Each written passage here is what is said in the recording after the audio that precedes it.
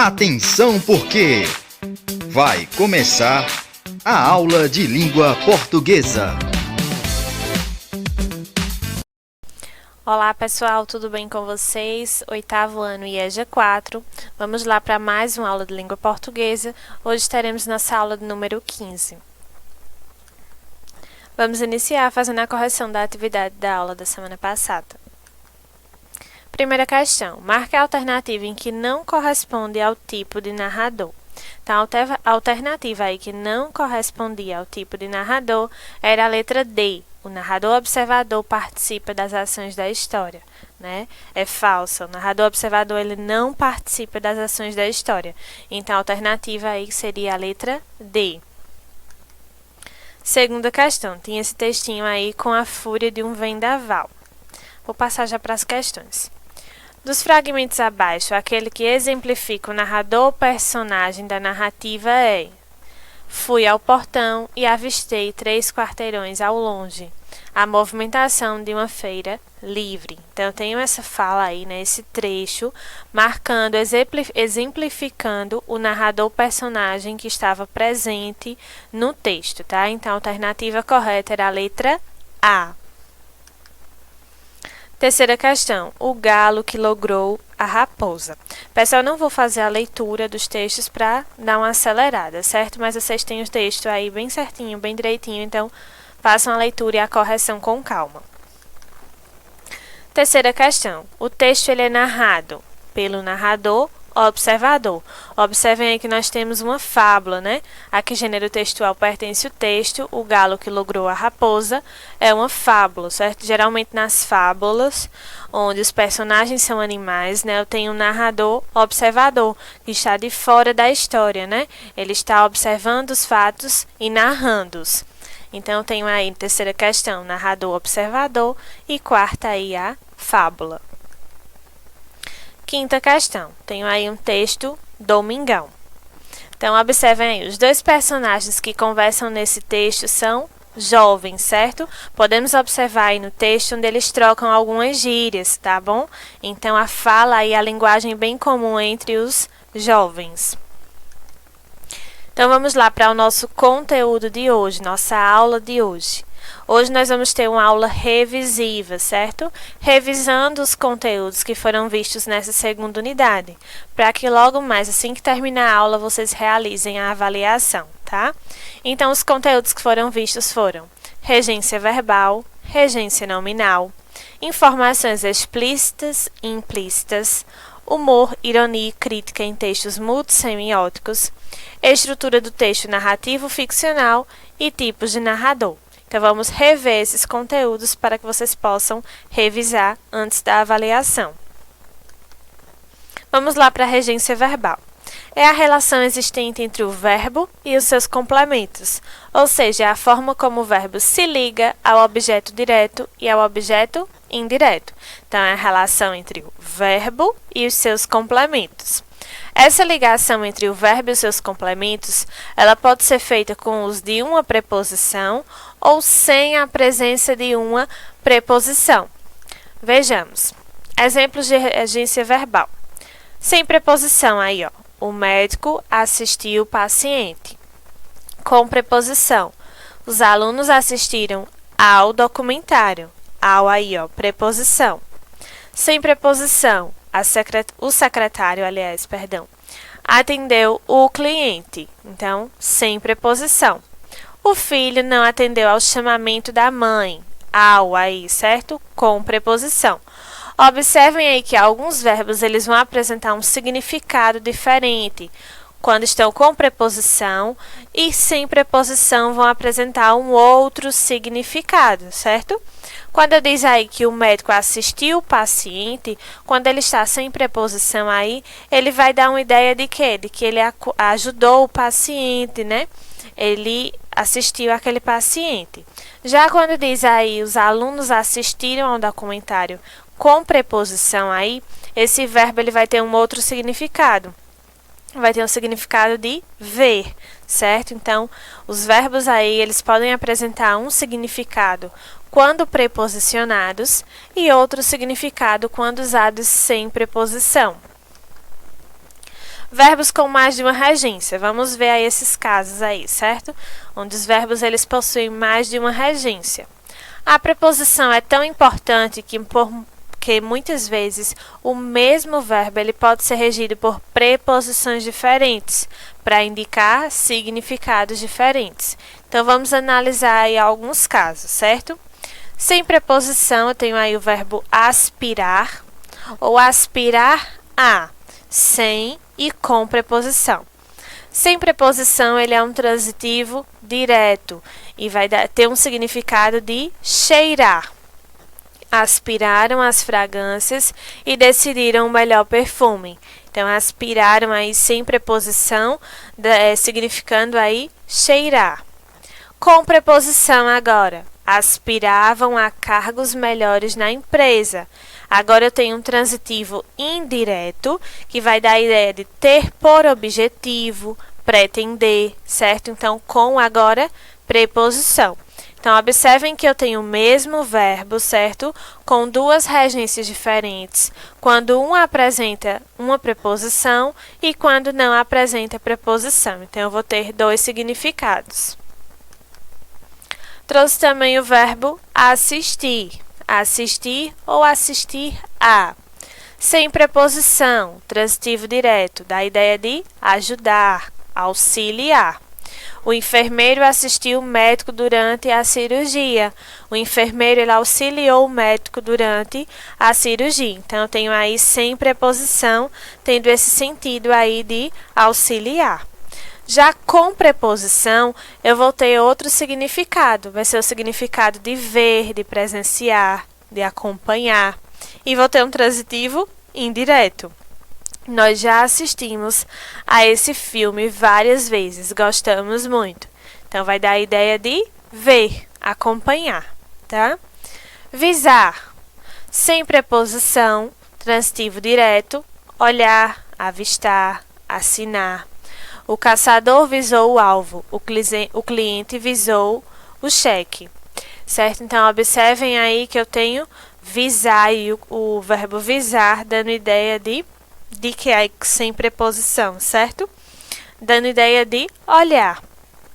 E com preposição, vai ter um transitivo indireto aí que vai dar a ideia de ter por objetivo, pretender. Elas visavam ao cargo mais alto da empresa. Então, visavam ao, com preposição. Tinham o objetivo, pretendiam um cargo mais alto na empresa. Então, eu tenho algumas situações, certo? Adequadas e inadequadas, certo? Em relação ao verbo e seus complementos. Então, a regência desses verbos. Cheguei em minha casa. É uma situação inadequada. O correto seria cheguei à minha casa. Então, ficaria mais adequado. Fomos no shopping. É o inadequado. O certo é fomos ao shopping. Então, seria o adequado. Regência nominal.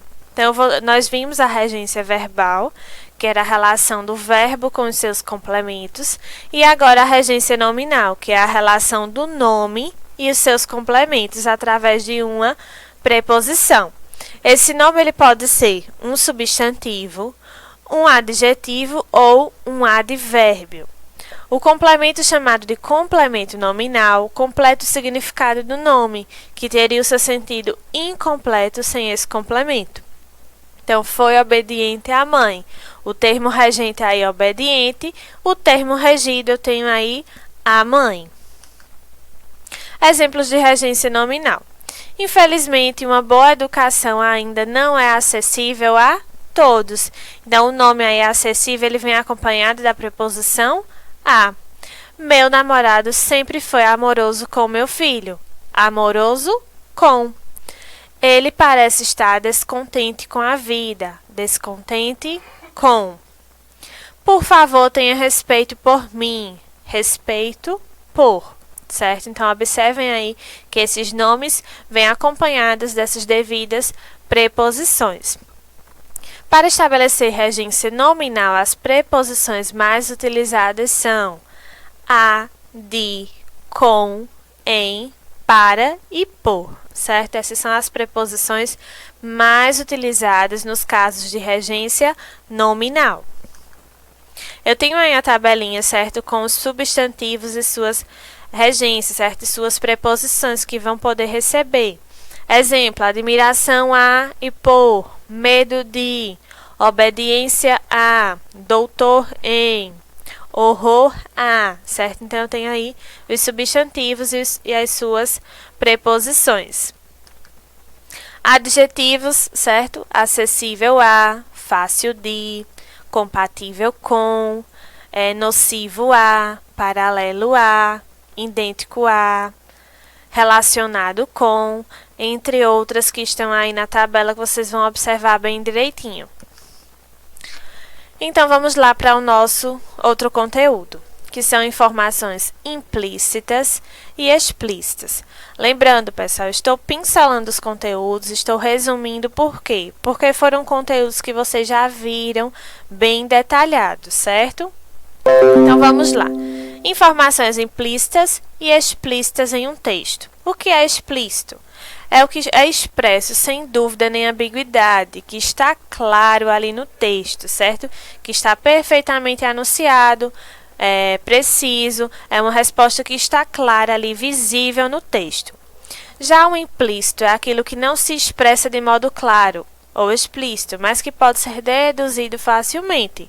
É algo que não está claro ali no meu texto, porém, de acordo com algumas informações que o meu texto traz, essas informações vão ser deduzidas, certo? Então, vão ficar implícitas, porém, de fácil dedução. Depois, implícito na carta seu interesse por ela, aquilo que se manifesta mais por ações do que por palavras, convite implícito. Vejamos. As informações explícitas são aquelas manifestadas pelo autor no próprio texto, né? Que estão claras, que estão visíveis no próprio texto, onde o próprio autor ele deixou lá a informação bem clara, bem na cara mesmo realmente. Já as informações implícitas não são manifestadas pelo autor no texto, mas podem ser subentendidas, né? Ele vai deixar muitas vezes ali marcas, né, que vão evidenciar, que vão deduzir essas informações. Muitas vezes, para efetuarmos uma leitura eficiente, é preciso ir além do que foi dito, ou seja, ler nas entrelinhas, principalmente quando vamos fazer uma interpretação textual. Uma interpretação textual, para que ela seja bem feita, é preciso nós irmos além do que está escrito no texto, né? Nós fazermos a leitura das entrelinhas, que é o que não está claro ali no texto, né? Mas, de acordo com as informações que eu tenho, eu vou conseguir construir outras informações, deduzir outras informações e chegar até outras. Por exemplo, observe este enunciado. Esse exemplo aí deixa bem clara essa questão do explícito e do implícito. Patrícia parou de tomar refrigerante. Essa informação aí é informação explícita, certo? Que Patrícia parou de tomar refrigerante. A informação implícita é o quê? É que Patrícia tomava refrigerante antes. Então, vejam que simples. Quando eu digo que ela parou de tomar, eu deduzo o quê? Que ela antes tomava. Agora, veja esse outro exemplo. Felizmente, Patrícia parou de tomar refrigerante. A informação explícita é: Patrícia parou de tomar refrigerante. A palavra felizmente indica que o falante tem uma opinião positiva sobre o fato. Essa é a informação implícita também, certo? Então, é a opinião aí do meu autor, do meu falante. Então, vamos lá. Humor, ironia e crítica em textos multissemióticos. Nós vamos ver aí o que é cada um deles e uma colocação aí, certo? Um exemplo. Humor. Disposição de ânimo de uma pessoa em relação a alguma coisa ou em algum momento. Estado de espírito, temperamento. Ele está sempre de bom humor. Veia cômica, ironia delicada e alegre. Ditos e gestos engraçados e espirituosos. Humorismo, comicidade, graça. Ele utiliza o humor para encantar. O humor no texto, certo? No texto multissemiótico, por exemplo, ele vai despertar o riso, né? Vai trazer algo engraçado. Tenho saudades do vento salgado batendo no meu cabelo em alto mar. Você é sentimental? Não, sou careca. Então, observem a construção do humor nessa tirinha, onde o diálogo entre eles aí tornou algo engraçado. A ironia. A ironia é a ação de dizer o oposto do que se quer expressar. Você foi super bem na prova, por isso não passou nessa matéria. Vejam só a questão da ironia aí, né? Onde eu falo uma coisa, mas na verdade eu queria dizer outra. Quando eu digo você foi super bem na prova, por isso não passou nessa matéria, né? Ela falou algo, porém ela queria ter falado algo. Alguma coisa contrária, aliás, certo? Exemplo aí, você é ateu? Sou, graças a Deus. Então, observem aí a ironia aí, o oposto do que se quer expressar. A crítica, análise avaliativa de alguma coisa, a ação de julgar ou de criticar, certo? Avaliação negativa, censura ou condenação. Então, geralmente nós encontramos a crítica em charges. É bastante comum aí nós vermos essas críticas. Tenho aí um exemplo. Mas a vaga de emprego exige conhecimento em inglês. Até chegar a minha vez de ser entrevistado, dá tempo de aprender. Qual a crítica que ele aborda aí nessa charge? Ele aborda a questão de que da fila imensa de pessoas desempregadas, de pessoas à procura de um emprego, certo? A demora para conseguir um emprego. Então, observem aí a crítica envolvida nessa charge, que é bastante comum no gênero textual charge. Um texto não é organizado apenas por meio da fala e da escrita, mas constituído também por meios de outros recursos semióticos, como palavras, imagens, ícones, expressões e através dos desenhos. As charges costumam retratar situações que estejam acontecendo no tempo e no espaço, de forma mais específica. Geralmente é acompanhado de sátiras e os personagens principais podem ser figuras públicas, como políticos ou artistas. E é muito utilizada para fazer críticas sociais e políticas e econômicas, né? Então, essas são as charges. Nós podemos encontrar agora, né, atualmente, um assunto bem atual, podemos encontrar muitas charges sobre a pandemia, sobre o vírus, certo? As tirinhas. As tirinhas são como histórias em quadrinhos, porém elas são mais curtas. Geralmente essa sequência de quadrinhos faz críticas sociais e são publicadas com regularidade. Elas podem estar presentes em revistas, jornais, sites, mídias sociais, entre outras. Nós temos também os memes. A palavra meme vem do grego, mimema, que significa imitação, algo imitado. Para que algo se torne um meme, é preciso que ele seja um padrão, repetido diversas vezes. E nós temos também o cartoon. Os cartoons são textos humorísticos, caracterizados por histórias breves e gráficas a respeito do comportamento humano. Então, eu trouxe aí alguns gêneros para vocês. Então, vamos lá para a estrutura do texto narrativo ficcional. O que é um texto narrativo? Narrativo é narrar, contar uma história. E por que ficcional? Porque é algo criado, algo inventado. Narrar é contar uma história. Sendo assim, a narração tem como centro a ação, o fato. Um texto narrativo é uma sequência de ações que se sucedem através do tempo e do espaço. A narrativa ela pode ser ficcional ou não ficcional. A narrativa não ficcional ou real conta os fatos reais, sem recriá-los, limitando-se a mostrá-los como realmente aconteceram. Já a narrativa ficcional ou fictícia cria ou recria fatos. Então, eu tenho aí exemplos de narrativas ficcionais, certo? Que é os contos, as crônicas, as fábulas, romances, lendas, novelas, certo? Entre outros textos que são narrativas ficcionais. E o que é não ficcional, professora? É aquele real, como a biografia, a notícia, a entrevista, certo? É algo que realmente aconteceu. Ao contrário das narrativas ficcionais, que são essas que acabei de citar para vocês. A estrutura do texto narrativo. O meu texto narrativo ele vai ter basicamente essa estrutura: a apresentação, a complicação ou desenvolvimento, o clímax e o desfecho. A apresentação vai ser a introdução, né? Que vai dar os dados necessários para a compreensão da anedota, do conto, da crônica ou qualquer outro tipo de texto narrativo. Então, vai ser a minha introdução. A complicação ou desenvolvimento vai ser a parte do texto que vai trazer o conflito, né? O problema, a situação em que vai ser envolvida, né? Que vai ser o ponto central da minha narrativa.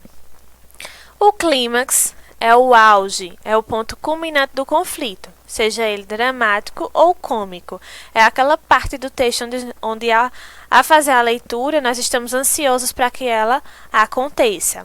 E o desfecho, né, que vai ser a resolução, a saída do conflito, a resolução do problema em que ocorreu ali naquela narrativa, né, finalizando ali o meu texto.